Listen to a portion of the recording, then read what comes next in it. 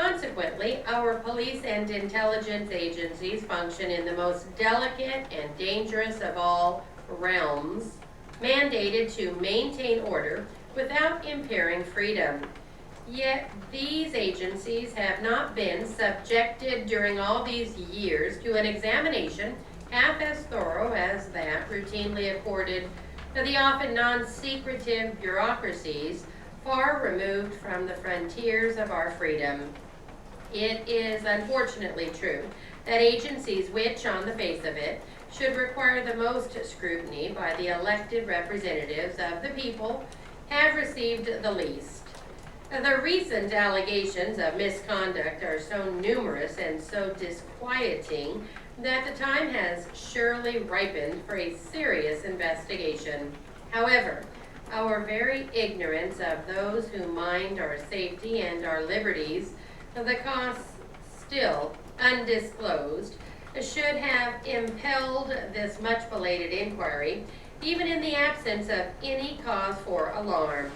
Indeed, this is not the opinion of the Senate alone, nor the House, which has also created a committee to investigate these matters. Before either committee was established, the Ford administration instigated an investigation of its own, which it entrusted to the Vice President. Thus, both the executive and legislative branches have felt it necessary to inquire into these serious charges. I must add, however, that the obligation is not one which can be well handled by the administration. The executive branch cannot, with sufficient credibility, investigate itself. I would hope that the Rockefeller Commission, now engaged in a far more limited review, might complete its work soon and make its records available as a starting point for the more comprehensive congressional investigations to come.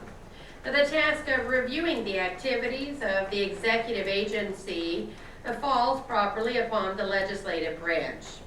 The Constitution assigns the Congress that role. Properly done, the congressional inquiry into the activities of these agencies can result in a strengthening of our law enforcement and intelligence systems. Properly done, the investigation can stiffen the law against future misdeeds. If those who argue that there is nothing much amiss should prove correct, then the committees will help to clear the air. Nothing could better serve to restore public confidence. If the charges are borne out by the facts unearthed, then reforms will have to be enacted before public confidence can be regained. Either way, the investigation is imperative. I understand the dismay of many citizens who are weary of Watergate and wonder if they can endure being pummeled once again by disclosures of wrongdoing in their government. These citizens would dearly prefer to believe that if the CIA or the FBI have erred, their mistakes were aberrations just as well ignored. To those citizens, I say that I hope that our investigation bears out this optimistic view. Nothing would satisfy me more than to conclude, after a thorough inquiry, that the federal police and intelligence gathering agencies have stayed well within the law, and that any excesses have been few and far between. But though we can hope that no significant portion of the charges are true, we cannot afford to assume that this is the case. After all, these are charges far more crucial to the preservation of our freedom than the customary complaints about malfeasance and some ordinary bureaucracy. The charges involve the first steps toward something Americans of all philosophical views have resolved should never emerge in this land, the beginning of a secret police. So this is not a casual matter that can be safely swept under the rug. If these charges could prove true, then it is urgent that we learn in time.